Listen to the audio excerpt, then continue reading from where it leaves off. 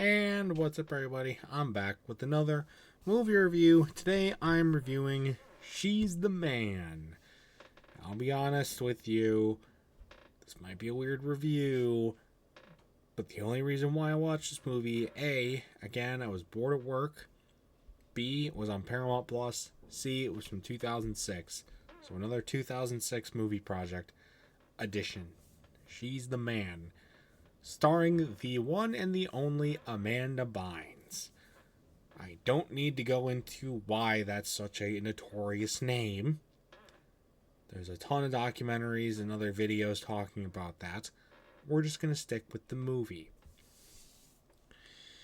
Let's just get into it, shall we? I got a lot of thoughts.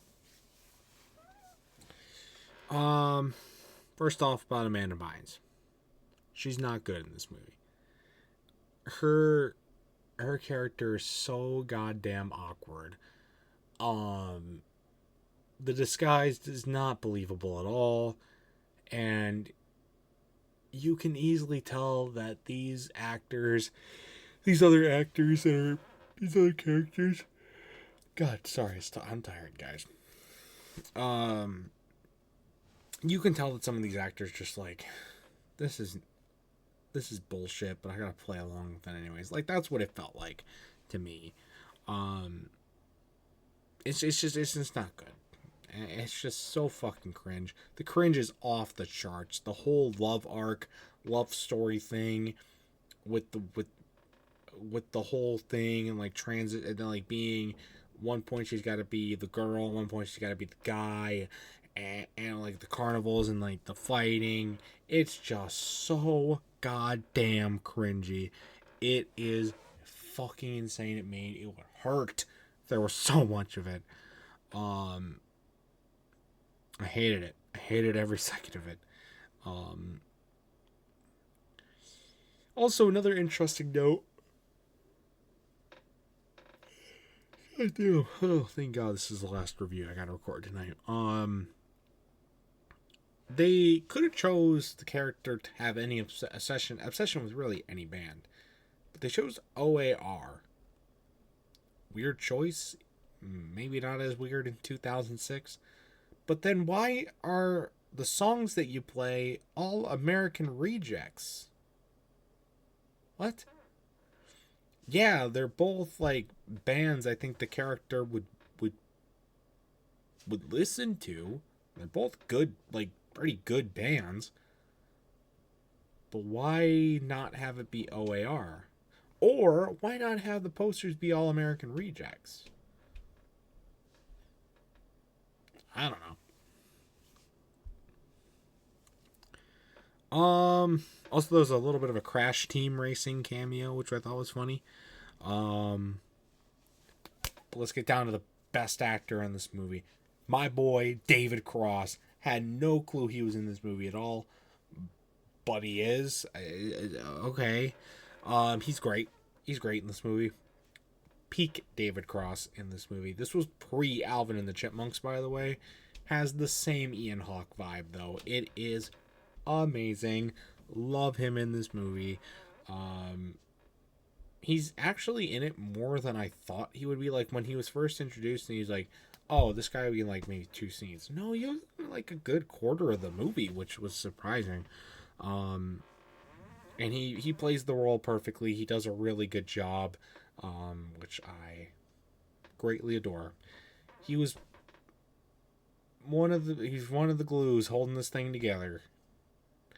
Salute you, man. Great actor. I also really didn't like the fact that this... Why were high schools like all depicted as colleges are in the mid-2000s? There's like this movie, and like Zoe 101 was like the thing too, where it's like they have dorm rooms and they live there, but they're in high school. The fuck? Why? Is that just something that happens in California? What the... Okay. It's a little weird. I don't know, I just don't get it. I just don't get it. Also, I know this movie came out long before COVID happened, but a kissing booth at a carnival is a terrible idea for many reasons that I will not explain because you should already know it's a bad idea. From a sanitary perspective, okay? From a fighting perspective, yeah, it's a bad idea, but you at least get some entertainment out of it. But I'm talking like a sanitary perspective. The bathroom fight scene was epic. Like the whole kissing booth fight scene wasn't too much of a fight. It was very short, but then they like turned that notch from like a 1 to like a 20 in the bathroom fight scene. They're just like trying to kill each other. These three are. My God.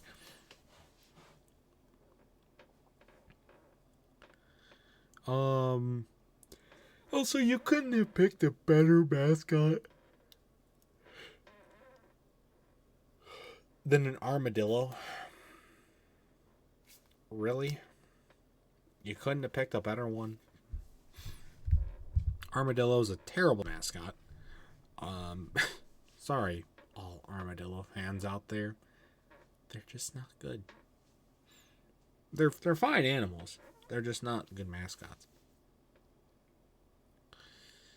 And the whole movie, by the way, is just sprinkled with really well-timed moments, extremely lucky timed moments and sequences that bail our main character, Viola is her name, they bail her out of having to come clean with the whole plot of her playing a guy to play soccer.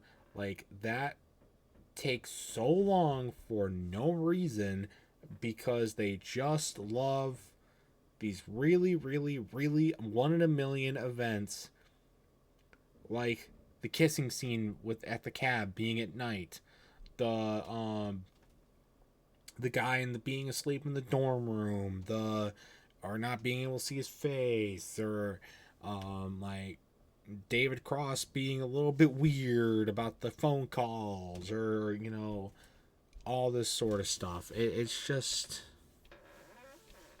maybe like it happens once, twice, but it happens like 8 times. You know that's forced. You know that's fabricated. Come on. Come on. And then finally, the soccer game at the end.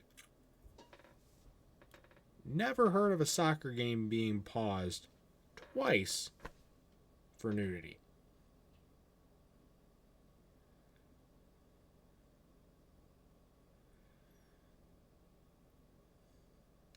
Like, have you ever, like, had, when you were in high school, did you ever, like, go to a sporting event, like a football game, for example, and, like, the principal just walks out onto the field midway through the game and just stops it for some random announcement that doesn't pertain to, like, 99% of the student body?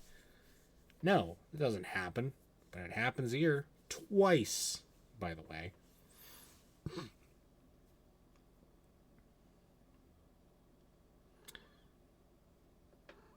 But it happens. This is not a good movie. Did not like it.